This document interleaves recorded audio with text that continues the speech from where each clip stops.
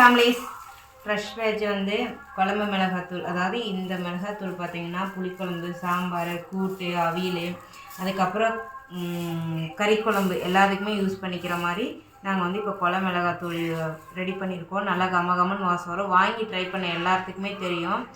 இப்போ இதில் பார்த்தீங்கன்னா குழம்பு மிளகாத்தூள் மட்டும் பாத்திரம் இல்லாதனால எல்லாத்துலேயும் நான் மாற்றி வச்சுருக்கேன். அதை அரைச்சிட்டு வந்துட்டு ஆற வச்சு, அந்த சூடு ஆற வச்சு, இது மூணும் பார்த்திங்கன்னா குழம்பு மிளகாத்தூள் சாம்பாருக்கு யூஸ் பண்ணிக்கலாம், புளிக்குழம்புக்கு, காரக்குழம்புக்கு எல்லாத்துக்குமே யூஸ் பண்ணிக்கலாம்.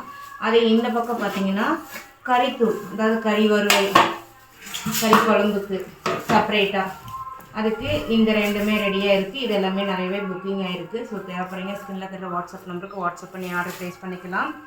இப்போ இது வந்து பேக்கிங் ஒர்க்லாம் போயிட்டுருக்கு. நேற்றே நம்ம வந்து பேக் பண்ணியிருக்கோம். நல்லா ஆற விட்டு பேக் பண்ணிக்கலாம்னு சொல்லிட்டு ஃபுல்லாகவே உணர விட்டாச்சு. இப்போ நம்ம வந்து பேக் பண்ண போகிறோம். ஸோ தேவைப்படுறீங்க ஸ்கிரீனில் தர வாட்ஸ்அப் நம்பருக்கு வாட்ஸ்அப் பண்ணி ஆர்டர் ப்ளேஸ் பண்ணிக்கலாம். பாய்.